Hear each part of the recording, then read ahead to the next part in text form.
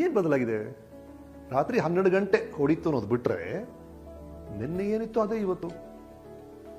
ಅದೇ ಕೆಲಸ, ಅದೇ ಸ್ಕೂಲು, ಅದೇ ಟೀಚರು, ಅದೇ ಅಪ್ಪ ಅಮ್ಮ, ಅದೇ ಫ್ರೆಂಡ್ ದಿನಾಲು ಕಾಲಿಂಗ್ ಬಂದು ಹೊಡಿತಾನೆ. ಎಲ್ಲ ಸೇಮ್ ಟು ಸೇಮ್ ಇರಬೇಕಾದ್ರೆ ನಮ್ಮ ಜೀವನ ಬದಲಾಗುತ್ತೆ ಅಂತ ನಾವು ಹೇಗೆ ನಿರೀಕ್ಷೆ ಮಾಡ್ಬೋದು? ಸಾಧ್ಯನಾ? ಬೇಸಿಕ್ ಸೈಂಟಿಫಿಕ್ ಲಾ ಅಲ್ವಾ?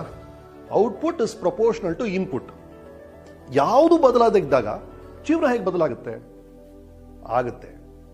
ಯಾಕಂದ್ರೆ ಆ ಇನ್ಪುಟ್ ಅಲ್ಲಿ ಒಂದು ಮುಖ್ಯವಾದ ಅಂಶ ಇದೆ, ಅದು ನೀವು. ಯಾವುದು ಬದಲಾಗದೇ ಇದ್ರು ನೀವು ಬದಲಾದ್ರೆ, ನೀವೊಂದು ಸಣ್ಣ ರೀತಿಯಲ್ಲಿ ನೀವು ಯೋಚನೆ ಮಾಡೋ ರೀತಿನ ಬದಲಾಯಿಸಿದ್ರೆ, ಒಳ್ಳೆ ದಿಕ್ಕಲ್ಲಿ ಸ್ವಲ್ಪ ಬದಲಾದ್ರೆ, ಇವತ್ತಿಗಿಂತ ಮುಂದಿನ ವರ್ಷ 10ರಷ್ಟು ಯಶಸ್ಸನ್ನ ನೀವು ನೋಡ್ಬೋದು. ಹಾಗಾಗಿ ಇಟ್ ಇಸ್ ನಾಟ್ ಹೊಸ ವರ್ಷ ಅಲ್ಲ ಮುಖ್ಯ, ಹೊಸ ನೀವು ಮುಖ್ಯ. ನಾನು ಏನು ಹೇಳ್ತಾ ಇದ್ದೀನಿ ಅಂದರೆ, ಫಸ್ಟ್ ಆಫ್ ಆಲ್ ಯಾವುದೋ ಒಂದು ವಿಷಯದ ಬಗ್ಗೆ ನೀವು ಯೋಚನೆ ಮಾಡುವಂಥ ರೀತಿ, ಇಂಗ್ಲೀಷಲ್ಲಿ ನಾವು ಆಟಿಟ್ಯೂಡ್ ಅಂತ ಹೇಳ್ತೀವಿ. ಅಂದರೆ ಒಬ್ಬ ಟೂರಿಸ್ಟ್ ಬಂದಂತೆ ಹೊಸದಾಗಿ ಊರಿಗೆ, ಅಲ್ಲಿ ಏನೋ ಒಂದು ಕನ್ಸ್ಟ್ರಕ್ಷನ್ ಕೆಲಸ ನಡೀತಾ ಇತ್ತು. 3 ಜನ ಕೆಲಸ ಮಾಡ್ತಿದ್ರು, ಕೂಲಿ ಕೆಲಸದವರು. ಮೊದಲೇ ಅವನು ಕರೆದವನು, ಏನೇ ಮಾಡ್ತಿದ್ಯಾ ಅಂದ. ಅಯ್ಯಾ, ಬೆಳಗಿಂದ ಸಂಜೆವರೆಗೂ ದುಡಿತೀನಿ ಗುರುವೆ, ಈಡಿಕೆ, ಕಲ್ಲು, ಸಿಮೆಂಟು, ಇವ್ರು ಕೊಡೋ ಜುಜ್ಬಿ ಸಂಬಳಕ್ಕೆ ಬೆಳಗಿಂದ ಸಾಯಂಕಾಲ ಸಾಯ್ಬೇಕು ಅಂದಂತೆ. ಎರಡನೇ ಅವನು ಕೇಳ್ದ, ಏನೋ ಮಾಡ್ತಿದ್ಯಾ? ಅವ್ನು ಹೇಳ್ದೆ, ಸಾರ್ ಬೆಳಗಿನ ಸಂಜೆವರೆಗೂ ದುಡಿತೀನಿ ಸರ್, ಸ್ವಲ್ಪ ದುಡ್ಡು ಕೊಡ್ತಾ ಸರ್, ಮನೆಗೆ ಹೋಗ್ತೀನಿ ಸರ್, ಹೆಂಡತಿ ಮಕ್ಕಳು ಸಾಕ್ತೀನಿ ಸರ್, ನಿಜವಾಗ್ಲೂ ಯಜಮಾನ ಚೆನ್ನಾಗಿರ್ಬೇಕು ಸರ್ ಅನ್ನಂತ. ಮೂರನೇ ಅವನು ಕೇಳ್ದ, ಏನ್ ಮಾಡ್ತಿದ್ದೆ? ದೇವಸ್ಥಾನ ಕಟ್ತಿದೀವಿ ರೀ, ಇಡೀ ರಾಜ್ಯಕ್ಕೆ ಬೆಸ್ಟ್ ದೇವಸ್ಥಾನ ಆಗುತ್ತಾರೆ, ಒಳಗೆ ದೇವ್ರು ಇರ್ತಾರೆ, ಎಲ್ಲ ಪೂಜೆ ಮಾಡ್ತಾರೆ, ಕ್ಯೂ ನಿಲ್ತಾರೆ ಭಕ್ತರು ಅನ್ನಂತೆ. ಮಾಡ್ತಿರೋದು ಅದೇ ಕೆಲಸ. ಒಬ್ಬ ಗೊಣಗ್ತಾ ಕೊರುಗ್ತಾ ಅವನ ಕೆಲಸದ ಬಗ್ಗೆನೇ ಒಂದು ಕಂಪ್ಲೇಂಟು. ಇನ್ನೊಬ್ಬನಿಗೆ ಅಟ್ಲೀಸ್ಟ್ ಒಂದು ಗ್ರಾಟಿಟ್ಯೂಡ್ ಇದೆ, ಅಯ್ಯೋ ನಾನು ಇದನ್ನು ಸಂಪಾದನೆ ಮಾಡ್ತಿದ್ದೀನಿ, ನನ್ನ ಜೀವನ ಇದರಿಂದ ನಡೀತಾ ಇದೆ ಅಂತ ಒಂದು ಥ್ಯಾಂಕ್ಸ್ ಇದೆ. ಆದರೆ ಮೂರನೇ ಅವನಿಗೆ ಅದು ದೇವಸ್ಥಾನ, ಅದು ಬರೀ ಕೆಲಸ ಅಲ್ಲ. ಹಾಗಾಗಿ ನೀವು ಮಾಡುವಂಥ ಕೆಲಸವನ್ನ ನೀವು ಹೇಗೆ ನೋಡ್ತೀರಿ ಅನ್ನೋದೇ ಬಹಳ ಬಹಳ ಮುಖ್ಯ ಆಗುತ್ತೆ. ಅದೇ ಅಡುಗೆ ಮನೆ ಕೆಲಸನ ಕೆಲವರು, ಆಹಾ ನನ್ನ ಗಂಡ ಬರ್ತಾನೆ ಮನೆಗೆ, ಅವನು ನಾನು ಬಡಿಸ್ತಾ ಇದ್ದೀನಿ, ಎಂಥ ಅದ್ಭುತವಾದ ಕೆಲಸ ಅನಿಸುತ್ತೆ, ಇನ್ನು ಕೆಲವರು ಗುಣತಾನೇ ಮಾಡ್ತಿರ್ತಾರೆ, ಅದೇ ಕೆಲಸ.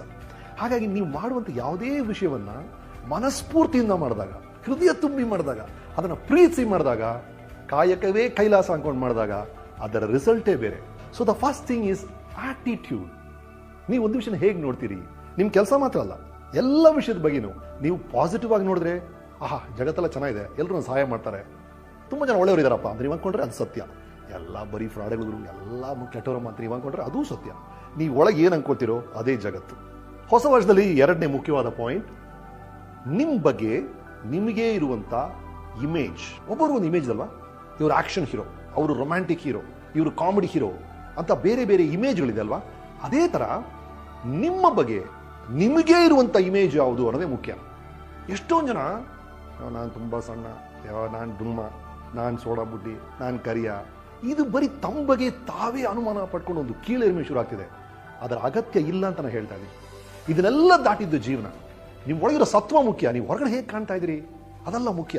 ಸೊ ನಿಮ್ಮ ಬಗ್ಗೆ ನಿಮಗೆ ಒಂದು ಒಳ್ಳೆ ಇಮೇಜ್ ಇರಬೇಕು. ಜೀವನದ ಎಲ್ಲ ಸುಂದರವಾದ ವಿಷಯಗಳಿಗೂ ಅರ್ಹತೆ ನಿಮಗಿದೆ ಅಂತ ನೀವು ನಂಬಬೇಕು ಫಸ್ಟು. ನೀವೇ ನಂಬಿಲ್ಲ ಅಂದ್ರೆ ನಿಮ್ಗೆ ಹೆಂಗೆ ಬರುತ್ತೆ? ಏನೇನೋ ನಂಬ್ತಿರಲ್ಲ ನೀವು ಈ ಧರ್ಮ ನಂಬ್ತೀರಿ, ಆ ಧರ್ಮ ನಂಬ್ತೀರಿ, ಅಥವಾ ಈ ದೇವರು ನಂಬ್ತೀರಿ, ಆ ದೇವರು ನಂಬ್ತೀರಿ, ಈ ಸಿದ್ಧಾಂತವನ್ನು ನಂಬ್ತೀರಿ, ಆ ಸಿದ್ಧಾಂತವನ್ನು ನಂಬ್ತೀರಿ. ಆ ನಂಬಿಕೆಗಳಿಂದ ಕೆಲವು ಟೈಮ್ ನಿಮ್ಗೆ ಅನುಕೂಲ ಆಗಿದೆ, ಕೆಲವು ಟೈಮ್ ನಿಮ್ಗೆ ತೊಂದರೆ ಆಗಿದೆ. ಎಷ್ಟೊಂದು ನಂಬಿಕೆ ಇದೆಯಲ್ಲ, ಈ ನಂಬಿಕೆ ಎಲ್ಲ ಇರಲಿ, ಇದೆಲ್ಲ ಬೇಡ ಅಂತ ಹೇಳ್ತಿಲ್ಲ. ಇದರ ಜೊತೆ ಒಂದು ಹೊಸ ನಂಬಿಕೆ ಈ ಹೊಸ ವರ್ಷದಲ್ಲಿ ಶುರು ಆಗಲಿ. ನಿಮ್ಮನ್ನ ನೀವು ನಂಬಬೇಕು ಮೊದಲು. Believe in your self, that is the basic thing. So ನಿಮ್ಮಲ್ಲಿ ಒಂದು ಆತ್ಮವಿಶ್ವಾಸ ಇದೆ, ನಿಮ್ಮನ್ನು ನೀವು ನಂಬ್ತೀರಿ, ಅದು ಜಂಬ ಅಲ್ಲ, it is very very correct estimate of your self ಅಂತ ಅನ್ಕೋಣ. ನಿಮ್ಮೊಂದು ಅದ್ಭುತವಾದ ಆಟಿಟ್ಯೂಡ್ ಇದೆ ಅಂತ ಇಟ್ಕೋಣ, ಆದರೆ ಅದು ಸಾಲಲ್ಲ. ಇನ್ನೂ ಕೆಲವು ವಿಷಯಗಳು ಬೇಕಾಗುತ್ತೆ.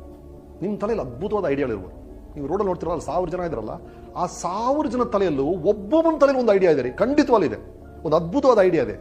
ಐಡಿಯಾಗಳೇನು ಕೊರತೆನೇ ಇಲ್ಲ ಎಲ್ಲೂ, ಆದರೆ ಆ ಐಡಿಯಾನ ಕಾರ್ಯರೂಪಕ್ಕೆ ತರಬೇಕು.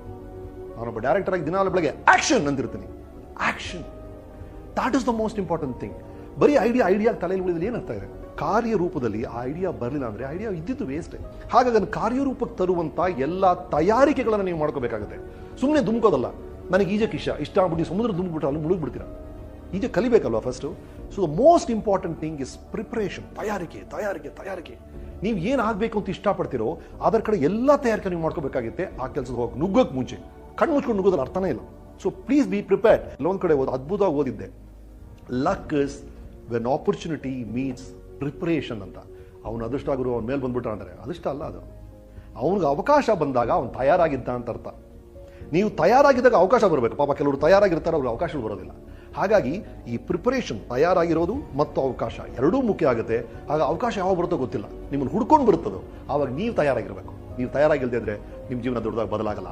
ಸೊ ನೀವು ಇಷ್ಟಪಡೋ ವಿಷಯಗಳಲ್ಲಿ ನಿಮ್ಮ ಪ್ರಿಪರೇಷನ್ ಎಷ್ಟು ಜಾಸ್ತಿ ಮಾಡ್ಕೊಳ್ತಿರೋ ಅಷ್ಟು ಒಳ್ಳೇದಾಗುತ್ತೆ. ನನ್ನ ಹತ್ರ ಬರ್ತಾರೆ, ಸರ್ ನಾನು ಅಸಿಸ್ಟೆಂಟ್ ಡೈರೆಕ್ಟರ್ ಆಗ್ಬೇಕು ಸರ್, ಏನು ಮಾಡ್ಬೇಕು ಸರ್ ಅಂತಾರೆ. ಓದಿ ಅಂತೀನಿ. ಸರ್ ನಾನು ಡಾಕ್ಟರ್ ಆಗ್ಬೇಕು ಸರ್, ಏನು ಮಾಡ್ಬೇಕು ಸರ್? ಓದಿ ಅಂತೀನಿ. ನಾನು ಇಂಜಿನಿಯರ್ ಆಗ್ಬೇಕು ಸರ್, ಓದಿ. ಮೆಕ್ಯಾನಿಕ್ ಆಗ್ಬೇಕು ಸರ್, ಓದಿ. ನಾನು ಲೈಟ್ ಮ್ಯಾನ್ ಆಗ್ಬೇಕು ಸರ್, ಓದಿ. ಎಲ್ಲದಕ್ಕೂ ನಾನು ಓದಿ ಓದಿ ಓದಿ ಅಂತ ಇರ್ತೀನಿ. ಬಿಕಾಸ್ ಪ್ರಪಂಚದಲ್ಲಿ ನಿಮಗೆ ಬೇಕಾದ್ರೆ ಎಲ್ಲ ವಿಷಯಗಳಿದೆ. ಆ ಇಂಟರ್ನೆಟ್ಟಲ್ಲಿದೆ, ಲೈಬ್ರರಿಲಿದೆ. ನೀವು ಏನೇನು ತಿಳ್ಕೋಬೇಕು ಅಂತ ಆಸೆ ಪಡ್ತಿರೋ ಅದೆಲ್ಲವೂ ಅಲ್ಲಿದೆ. ಅದನ್ನು ಹುಡ್ಕೊಂಡು ನೀವು ತಿಳ್ಕೋಬೇಕಷ್ಟೇ. Because knowledge is power. ಜ್ಞಾನಕ್ಕಿಂತ ದೊಡ್ಡ ಒಂದು ಶಕ್ತಿ ಇಲ್ಲ. Putting that knowledge into action is bigger power. ಒಬ್ಬರು ಹಿರಿಯರು ಒಂದು ಕತೆ ಹೇಳ್ತಾ ಇದ್ರು. ದೇವರುಗಳೆಲ್ಲ ಮೇಲೆ ನಿಂತ್ಕೊಂಡು ನೋಡ್ತಾ ಇದ್ರಂತೆ, ಈ ಮನುಷ್ಯ ಬೆಳೀತಾ ಇದ್ದಾನೆ, ಅತಿ ಶೀಘ್ರದಲ್ಲಿ ಈ ಮನುಷ್ಯ ನಮ್ಮ ಲೆವೆಲ್ ಬಂದ್ಬಿಡ್ತಾನೆ ಕಣಯ್ಯ, ಇವ್ನು ಏನಾರು ಮಾಡ್ಬಿಟ್ಟು ಒಂದು ಕಟ್ ಮಾಡ್ಬೇಕು ಇವ್ನ ಸೈಜ್ನ ಅಂತ ಡಿಸೈಡ್ ಮಾಡಿದ್ರಂತೆ. ಏನು ಮಾಡೋದು ಯೋಚನೆ ಮಾಡಿ ಒಂದು ಐಡಿಯಾ ಮಾಡಿದ್ರಂತೆ. ಒಂದು ಸಣ್ಣ ಪುಟಾಣಿ ಚೋಟಾ ಚೇತನ್ನ ನಮ್ಮ ಕಿವಿ ಹತ್ರನೇ ಕೂರಿಸಿದ್ದಾರೆ, ನಮಗೆ ಕಾಣಲ್ಲ ಅಷ್ಟೇ. ಇಲ್ಲೊಬ್ಬ ಚೋಟಾ ಚೇತನ್ ಕೂತಿದ್ದಾನೆ, ಒಂದು ಸಣ್ಣ ಡೆವಿಲ್ ಅವನು. ನೀವೇನಾರು ಕೆಲಸ ಮಾಡಕ್ಕೆ ಹೊರಟಾಗ ಅವನ ಕಿವಿಯಲ್ಲಿ, ಹೇ ಗುರು ಇವತ್ತೇನೇ ಅರ್ಜೆಂಟ್, ನಾಳೆ ಬೇಡನ ಬಿಡಮ್ಮ ಅಂತಾನಂತೆ. ಅಷ್ಟೇ. ಆ ಒಂದು ಸಣ್ಣ ವಿಷಯದಿಂದ ಮನುಷ್ಯ ದೇವರಾಗಿ ಸಾಧ್ಯನೇ ಆಗಿಲ್ಲ ಅಂತ ಹೇಳ್ತಾರೆ. ನೀವೇನೋ ಮಾಡ್ಕೋಬೇಕು ಅಂತೀರಿ, ವ್ಯಕ್ತಿ ಒಂದು ಕಿವಿಯಲ್ಲಿ, ಏನು ಗುರು ಅರ್ಜೆಂಟ್, ನಾಳೆ ಮಾಡಬಿಡಮ್ಮ. ಪೋಸ್ಟ್ಪೋನ್ ಮಾಡಿ ಅಗತ್ಯವಾದ ವಿಷಯಗಳು, ನೀವು ಮಾಡಲೇಬೇಕಾಗಿರೋ ವಿಷಯಗಳನ್ನ ನಾವು ಮಾಡೋದೇ ಇಲ್ಲ. ಅಂದರೆ ಅಂದ್ಕೊಂಡ್ರೆ ಎಲ್ಲ ವಿಷಯ ಮಾಡಬೇಕು ಅಂತಿಲ್ಲ, ಮಾಡಲೂಬಾರದು. ಏನು ಅಗತ್ಯವಾಗಿದೆಯೋ ಅದನ್ನು ಮಾಡಲೇಬೇಕು. ಏನು ಅಗತ್ಯವಾಗಿ ಮಾಡಬೇಕೋ ಅದನ್ನು ಆಗಲೇ ಮಾಡಬೇಕು. ಇಫ್ ಯು ಪೋಸ್ಟ್ಪೋನ್ ಅನ್ನೆಸರ್ಲಿ, ನಿಮಗೆ ನಿಜವಾಗ್ಲೂ ನಿಮಗೆ ಸಿಗಬೇಕಾಗಿರುವಂಥ ಗೌರವಗಳು, ನಿಮಗೆ ಸಿಗಬೇಕಾದಂಥ ಸನ್ಮಾನಗಳು ಎಲ್ಲವೂ ಮಿಸ್ ಆಗಿರುತ್ತೆ. Because of unnecessary postponement of essential things. ಈ ಲೈಫ್ ಟೈಮ್ ಅಥವಾ ಜೀವನದೇನು, ಇವತ್ತು ನಾಳೆ ಮತ್ತೆ ಇವತ್ತು ನಾಳೆ ಮತ್ತೆ ಇವತ್ತು ನಾಳೆ, ಈ ಸರಣಿಯ ಇವತ್ತು ನಾಳೆನೇ ಜೀವನ ಆಗುತ್ತೆ. ಹಾಗೆ ನೀವು ಜೀವನ ಅದ್ಭುತವಾಗಿರ್ಬೇಕು ನೀವು ಆಸೆ ಪಟ್ಟರೆ ಬೇರೆ ಎಲ್ಲೂ ಇಲ್ಲ ಗುಟ್ಟು. ಇವತ್ತು ಮತ್ತು ನಾಳೆ ಅದರಲ್ಲೇ ಅಡಗಿದೆ. ನೀವು ಇವತ್ತೇನು ಮಾಡ್ತಾ ಇದ್ದೀರಾ, ಈ ನಾಳೆ ಏನು ಮಾಡ್ತಿದ್ದೀರಾ, ಇವತ್ತು ಮಾಡೋದನ್ನ ನಾಳೆ ಮಾಡೋದನ್ನ ಪರ್ಫೆಕ್ಟ್ ಆಗಿ ಮಾಡಿದ್ರೆ ನಿಮ್ಮ ಜೀವನ ಪರ್ಫೆಕ್ಟ್ ಆಗಿರುತ್ತೆ. ಇವತ್ತು ನೀವು ಸರಿಗೆ ಮಾಡಿಲ್ಲ ಕೆಲಸ, ನಾಳೆ ಸರಿಗೆ ಮಾಡಿಲ್ಲ, ನಿಮ್ಮ ಜೀವನ ಚೆನ್ನಾಗಿರ್ಬೇಕು ಅಂದ್ರೆ ಹೇಗೆ ಸಾಧ್ಯ ಅದು? ಅಷ್ಟೇ ಅಲ್ವಾ ಜೀವನ? ಇವತ್ತು ನಾಳೆ ಕಂಟಿನ್ಯೂಸ್ ತಾನೆ ಅದು. ನೀವು ನೋಡಿ ದೊಡ್ಡ ಚಾಂಪಿಯನ್ಸ್ ನೋಡಿ, ವಿರಾಟ್ ಕೊಹ್ಲಿ ಅದ್ಭುತ ಕ್ರಿಕೆಟ್ ಆಡ್ತಾರೆ. ನಾನು ಹೇಳ್ತೀನಿ ಗುರು, ಮೊನ್ನೆ ಹೋದ ಶನಿವಾರ ಶುರು ಮಾಡಿದ ಗುರು, ನಾನೇ ಬ್ಯಾಟ್ ತೆಕ್ಕೊಟ್ಟೆ ಅವನಿಗೆ. ಎಷ್ಟನ್ನ ಆಡ್ದು ನಂಬ್ತೀರಾ ನೀವು? ಸಾಧ್ಯನಲ್ಲ, ಹೋಗಲ್ಲ ಅಂತ ಹೇಳ್ತೀರಿ ಅಲ್ವಾ?